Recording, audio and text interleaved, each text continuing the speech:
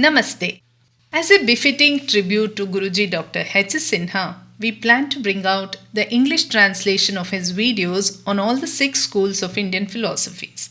But before getting into each of the philosophies, I found it relevant and essential to make a couple of videos with introduction to the philosophies and their evolution and discuss some of the striking common features and differences.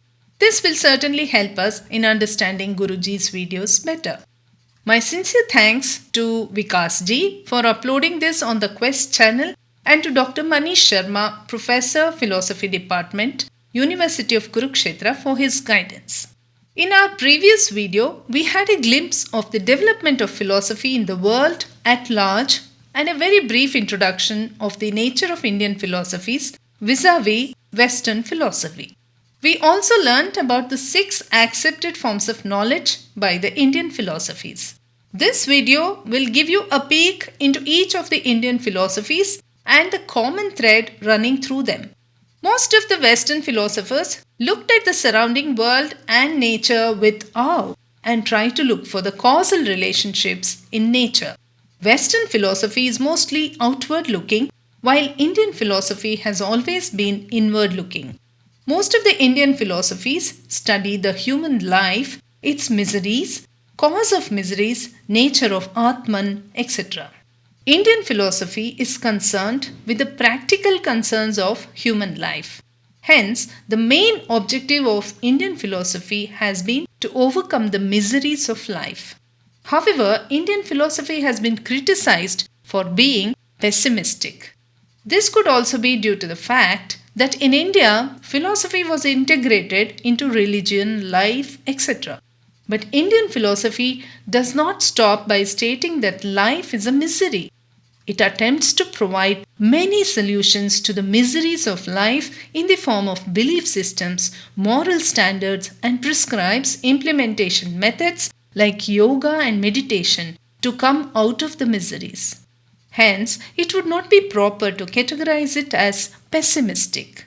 The saying, pessimism warns us of the danger while optimism lulls us into false security, is very apt for Indian philosophy. The 6 orthodox schools are called the Shat Darshanas, include Nyaya, Sankhya, Yoga, Vaisheshika, Purva Mimamsa, and Uttara Mimamsa. Most of these schools of thought believe in the theory of karma and rebirth. Moksha or salvation is believed to be the liberation from the cycle of birth and death and is the ultimate goal of human life. First, let us see what is Nyaya philosophy. Nyaya philosophy is also called the school of logic.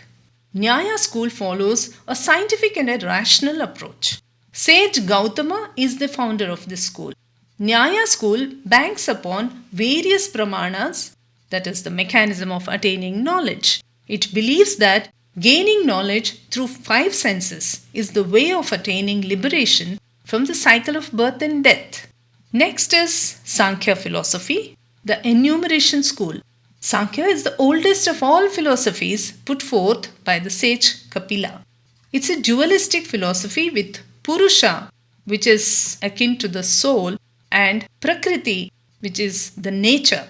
Advaita Vedanta derives its base from Sankhya school. Sankhya also develops philosophical basis for yoga. It emphasizes the attainment of knowledge of self through meditation and concentration. Yoga philosophy is the school of Patanjali, which accepts the metaphysics of Sankhya. Yoga school introduces the methods of disciplining the body and the mind. Sage Patanjali is the founder of yoga, emancipation of Purusha from Prakriti through self-awareness and by following discipline of body and mind is conceptualized by yoga. It is believed that practicing Ashtanga yoga is the way to relieve oneself from past sins in order to make way for liberation. Vaisheshika is the atomist school which deals with metaphysics. It was founded by sage Kannada.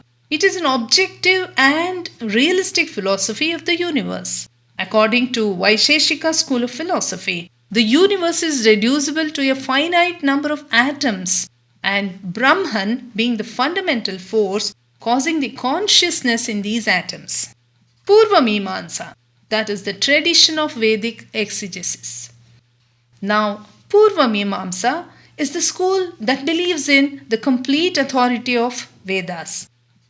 It is based on Seth Jaimini's Mimamsa Sutras. It emphasizes the power of yajnas and mantras in sustaining the activities of the universe. It states that a human being can attain salvation only by acting in conformity with the principles of Vedas. Uttara Mimamsa is also called Vedanta. Vedanta school is a monastic school of philosophy that believes that the world is unreal and the only reality is Brahman. The three sub-branches of Vedanta are Advaita of Shankaracharya, Vishishtadvaita of Ramanujacharya, and Dvaita of Madhvacharya. Uttara Mimamsa is based on Upanishads, which are also the end of the portions of Vedas. All the schools of Indian philosophy except Charvaka have firm faith in eternal moral order, a law that makes for regularity and righteousness, physical and mental discipline. In Rigveda, it's called Rita, and in Mimamsa, it's called the Apurva. Nyaya and Vaisheshika speak of Adrishta, an invisible principle which sways even over the material atoms and brings about objects and events in accordance with moral principles. The law of karma, which is accepted by all the six orthodox schools of thought, and Buddhism and Jainism, may also be regarded as the law of conservation of moral values. Some of the common concepts running through all our Indian philosophies is the law of karma. It says that all actions, good or bad, produce their consequences in the life of individuals who act with a desire for the fruits thereof. All actions of which the motives are desires for certain gains here and hereafter are governed by this law. It also emphasizes that there is no loss of the effect of such an act, krita pranasha, and that there is no happening or event in the life of a person except as the result of his own actions. Some of the common concepts in Indian philosophies are the law of karma. It says that all actions, good or bad, produce their consequences in the life of individuals who act with a desire for the fruits thereof. All actions of which the motives are desires for certain gains here and hereafter are governed by this law. It also emphasizes there is no loss of the effect of such an act, krita pranasha, and that there is no happening or event in the life of any person except as the result of his own action. Karma is broadly divided into anarabdha karma, those which have not yet begun to bear fruits, prarabdha karma, those which have already begun to bear fruits, and sanchayamana karma, those which are being gathered in the present life. While few systems like Nyaya and Vaisheshika believe that law of karma works under the command of God, who is the creator of the world, while in other systems like Sankhya, Mimamsa, Jainism and Buddhism, law of karma works autonomously independent of the will of God. All actions performed with a desire for a specific outcome are governed by the law of karma.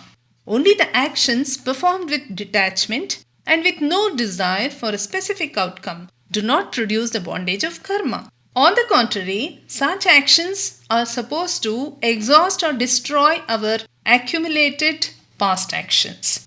When a soul rises above the bondages of karma, it is set free from all worldly attachments and desires. The Indian philosophies certainly are not fatalistic in their approach, since there is room for free will and personal endeavor in respect of the agami or anarabdha karma. This concept is highly motivating to a common man to bring about corrective measures within himself and give scope for reformation at any stage. Another striking feature in the law of karma is that Indian philosophies do not suppress the natural desires of a social human being. Under the artha and kama purushartha, it is not a sin to aspire for worldly and materialistic comforts which come under kamya karma. So, the common man can aspire and achieve worldly comforts without feeling guilty about it. Further, the dharma purushartha encourages him to utilize and share his possessions with the less privileged in the society. Once his or her needs for subsistence and social recognition are met, one can move on to the moksha purushartha. These stages are similar to the Maslow's needs. The next common thread amongst most of the Indian philosophies is the emphasis on concentration and meditation. Ignorance was supposed to be the inhibiting factor for attainment of liberation from all bondages. Here, almost all the schools of philosophy considered it essential to develop techniques to make the understanding of the truths learnt a permanent part of one's being. Hence, almost all the philosophies advocated practice of concentration and meditation to make the learnings more permanent and practical. This paved way for yoga, which is called the practical philosophy. Without prolonged introspection and meditation, biases and prejudices cannot be easily removed, and this truth was appreciated by all the schools of philosophy except Charvaka. All the six philosophies recognize the social evils of excesses in one's speech and actions. Hence, self-control, which actually means the control of the lower self or the animal tendencies, is again not a suppression of the natural tendencies, but a conscious awareness of the tendencies and a well-informed decision to curb them. The relation between space and time revealed by science has been mentioned in Indian Puranas. In Vishnu Purana, for instance, the Brahmanda universe is supposed to contain 14 lokas which are separated by millions of yojanas, of which the earth or the Bhutala is one. Again, the universe is conceived as a collection of thousands of millions of such Brahmandas. This is the description of space. As for time, the unit adopted for the measurement of a cosmic day was equal to 432 million years or 1000 yugas. This is the duration of the period of each creation of cosmos and is called Srishti. The night of the creator meant the period of destruction called Pralaya. This cycle is supposed to be without beginning, Anadi, and endless, Ananta. Probably, due to this imagination of the vastness of space and time, the Indian philosophy stressed on the minuteness of our existence and insignificance of the worldly life on the larger canvas of existence. While a man's physical body is limited in space and time, the spirit is said to be eternal. Probably, this is another way of saying that creation and destruction go on endlessly, but it is the existence that continues through the cycles.